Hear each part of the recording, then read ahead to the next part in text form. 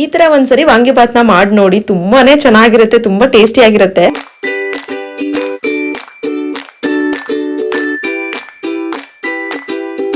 Hello everyone, welcome back to my YouTube channel. Friends, already ನಿಮಗೆ thumbnail ನೋಡಿ ಇವತ್ತಿನ vlog ಬಗ್ಗೆ ಗೊತ್ತಿರುತ್ತೆ. ಸೊ ಇವತ್ತು ಡೈಲಿ ವ್ಲಾಗ್ನ ಮಾಡೋಣ ಅಂತ ಹೇಳಿ ಮಾಡ್ತಾ ಇದ್ದೀನಿ. ಸೊ ನೋಡಿ, ನನ್ನ ಒಂದು ದಿನಚರಿ ಯಾವ ಥರ ಇರುತ್ತೆ, ಏನೆಲ್ಲ ಫುಡ್ ತೊಗೊತೀನಿ ನಾನು ಮಾರ್ನಿಂಗ್ ಟು ಈವ್ನಿಂಗ್ ಅನ್ನೋದನ್ನ ನಿಮ್ಮೊಟ್ಟಿಗೆ ನಾನು ಶೇರ್ ಮಾಡ್ತಿದ್ದೀನಿ. ಈ ವಿಡಿಯೋನ ಕೊನೆವರೆಗೂ ನೋಡಿ, ಮಿಸ್ ಮಾಡ್ಕೊಂಬಿಡಿ. ಸೊ ಮೊದಲನೇದಾಗಿ ಬೆಳಿಗ್ಗೆ ಎದ್ದ ತಕ್ಷಣವೇ ಹಾಟ್ ವಾಟರ್ ಜೊತೆಗೆ ಲೆಮನ್ ಇಟ್ಕೋತೀನಿ.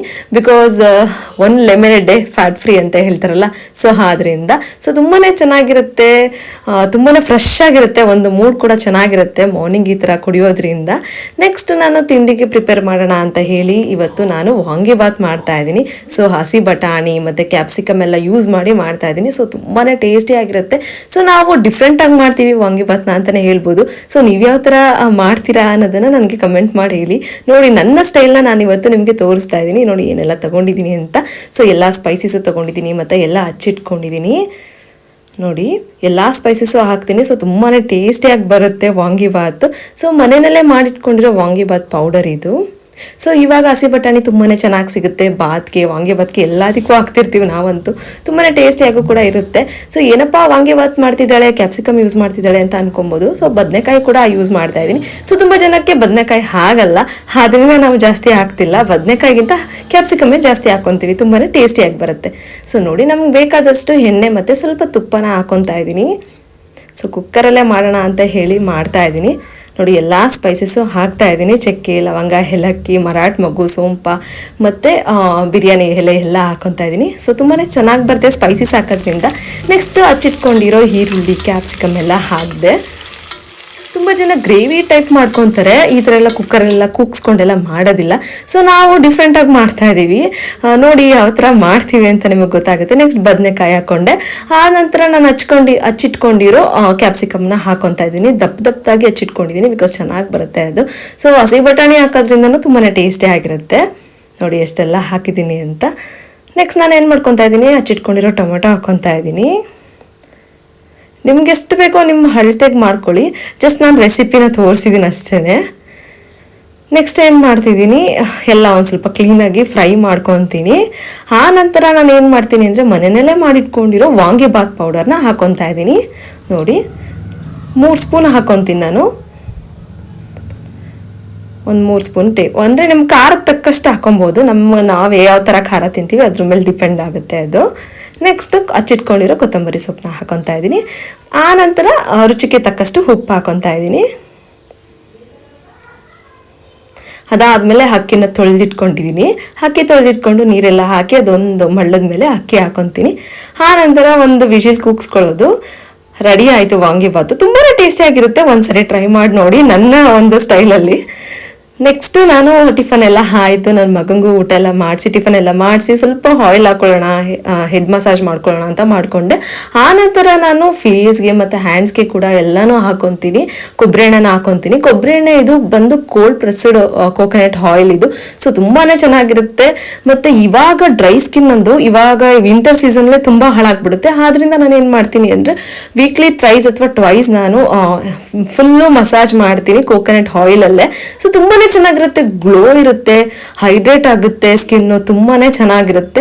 ಒಂಥರ ನನಗೆ ಸೀಕ್ರೆಟ್ ಅಂತಲೇ ಹೇಳ್ಬೋದು. ನಾನು ತುಂಬ ವರ್ಷದಿಂದ ಮಾಡ್ತಿದ್ದೀನಿ, 2-3 ಇಯರ್ಸಿಂದನೂ ಮಾಡ್ತಿದ್ದೀನಿ. ನನಗೆ ಯಾವುದೇ ಒಂದು ಡಾರ್ಕ್ ಸ್ಪಾಟ್ಸು ಮತ್ತು ರಿಂಕಲ್ಸ್ ಆ ಥರ ಎಲ್ಲ ಏನೂ ಬರಲಿಲ್ಲ. ಈ ಒಂದು ಕೋಕೋನಟ್ ಆಯಿಲ್ ಒಂದು ಸೀಕ್ರೆಟ್ ಅಂತಲೇ ಹೇಳ್ಬೋದು. ಸೊ ತುಂಬಾ ಚೆನ್ನಾಗಿ ವರ್ಕ್ ಆಗಿದೆ ನನಗೆ, ಅದರಿಂದ ನಿಮ್ಮ ಹತ್ರ ಶೇರ್ ಮಾಡ್ಕೊತಾ ಇದ್ದೀನಿ. ನೆಕ್ಸ್ಟ್ ಹೆಡ್ ಬಾತ್ ಎಲ್ಲ ಮಾಡ್ಕೊಂಡು ಬಂದೆ. ಸೊ ನೆಕ್ಸ್ಟ್ ಸನ್ ಡ್ರೈ ಮಾಡ್ತೀನಿ ನಾನು. ಫ್ರೆಂಡ್ಸ್, ಇವಾಗಂತೂ ಸನ್ಲೈಟ್ಗೆ ಎಕ್ಸ್ಪೋಸೇ ಆಗಲ್ಲ ನಾವು. ನಮ್ಮ ಸ್ಕಿನ್ ಎಷ್ಟು ಸನ್ಲೈಟ್ಗೆ ಎಕ್ಸ್ಪೋಸ್ ಆಗುತ್ತೆ ಅಷ್ಟು ಚೆನ್ನಾಗಿರುತ್ತೆ. ನನ್ನ ಮಗ ಆಟ ಆಡ್ಕೊತಾ ಇದ್ದಾನೆ.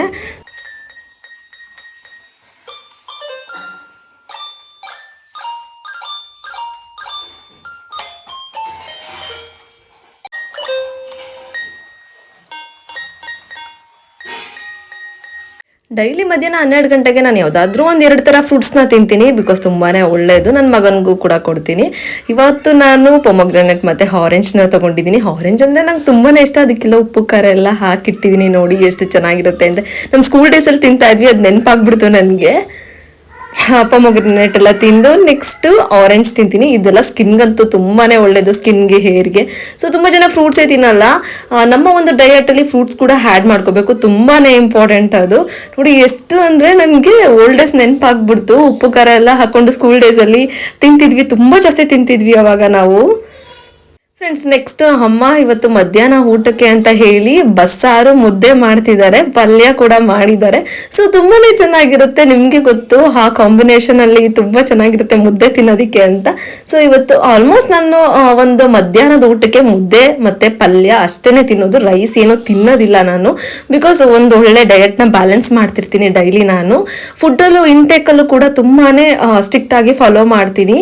ಇವತ್ತು ನೋಡಿ, ಇವತ್ತಿನ ಫುಡ್ ನನ್ನ ಮಧ್ಯಾಹ್ನದ ಫುಡ್ ಇಷ್ಟೇನೆ ನಾನು ತಿನ್ನೋದು, ಅದರ್ವೈಸ್ ನಾನು ಬೇರೆ ಏನೂ ತಿನ್ನಲ್ಲ. ನನ್ನ ಮಗನಿಗೆ ನಾನು ಊಟ ಮಾಡಿದ್ಮೇಲೆ ಅವನಿಗೆ ರಾಗಿ ಗಂಜಿ ಮಾಡ್ಕೊತಾ ಇದ್ದೀನಿ. ಈ ರಾಗಿ ಗಂಜಿಲಿ ಮೊಳಕೆ ಕಟ್ಟಿದ ಕಾಳು, ರಾಗಿ ಎಲ್ಲ ಹಾಕಿ ಪ್ರಿಪೇರ್ ಮಾಡಿರೋದು ಅಮ್ಮ. ಈ ಒಂದು ರೆಸಿಪಿ ಬೇಕು ಅಂದರೆ ನನಗೆ ಕಮೆಂಟ್ ಮಾಡಿ. ಇದು ಬಂದು ಡ್ರೈ ಫ್ರೂಟ್ಸ್ ಪೌಡರು, ನನ್ನ ಮಗನಿಗೆ ಹಾಕ್ತಾ ಇರೋದು. ಎಲ್ಲ ಥರ ಡ್ರೈ ಫ್ರೂಟ್ಸ್ನ ರೆಡಿ ಮಾಡಿಕೊಂಡು ಹಾಕ್ತಾ ಇದ್ದೀನಿ.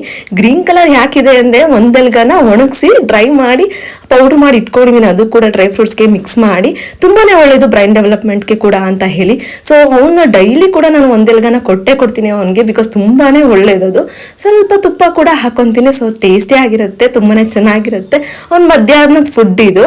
ಅವನಿಗೆ ಊಟ ಎಲ್ಲ ಮಾಡಿದೆ, ಆರಾಮಾಗಿ ಊಟ ಮಾಡ್ಕೊತಾನೆ. ಅವನಿಗೆ ತುಂಬಾನೇ ಇಷ್ಟ, ರಾಗಿ ಗಂಜಿನ ತುಂಬಾನೇ ಇಷ್ಟಪಟ್ಟು ಕೂಡ ತಿಂತಾನೆ ಅವನು. ನೆಕ್ಸ್ಟ್ ಅಮ್ಮ ನೈಟ್ ಡಿನ್ನರ್ಗೆ ಅಂತೇಳಿ, ನಾವು ಯಾವತ್ತೂ ವೈಟ್ ರೈಸ್ ತಿನ್ನೋದಿಲ್ಲ ನಮ್ಮ ಮನೆಯಲ್ಲಿ. ಸೊ ನೈಟ್ ಡಿನ್ನರ್ಗೆ ನಾವು ರೊಟ್ಟಿ ಅಥವಾ ದೋಸೆ ಅಥವಾ ಶಾಮೆ ನವಣೆ ಆ ಥರ ಏನಾದರೂ ರೈಸ್ ಕೂಡ ಮಾಡ್ಕೊತೀವಿ, ಬ್ರೌನ್ ರೈಸ್ ಆ ಥರ ಎಲ್ಲ ಮಾಡ್ಕೊಂಡ್ಬಿಡ್ತೀವಿ ಸಮ್ಟೈಮ್ಸ್. ಇವತ್ತು ನಾವು ರಾಗಿ ರೊಟ್ಟಿ ಮಾಡೋಣ ಅಂತ ಹೇಳಿ ಅಮ್ಮ ರಾಗಿ ರೊಟ್ಟಿ ಮಾಡ್ತಾ ಇದ್ದಾರೆ. ಸೊ ಆಲ್ಮೋಸ್ಟ್ ಈ ಥರ ಒಂದು ಒಳ್ಳೆ ಡಯಟ್ ಪ್ಲಾನ್ನೇ ನಾವು ಮೇಂಟೈನ್ ಮಾಡೋದು. ಬಿಕಾಸ್ ಇವಾಗಿನ ಜನ್ರೇಷನಲ್ಲಿ ಹೆಲ್ತ್ ತುಂಬಾನೇ ಇಂಪಾರ್ಟೆಂಟ್ ನಮಗೆ ಇವಾಗಿನ ಫುಡ್ಡಲ್ಲಿ.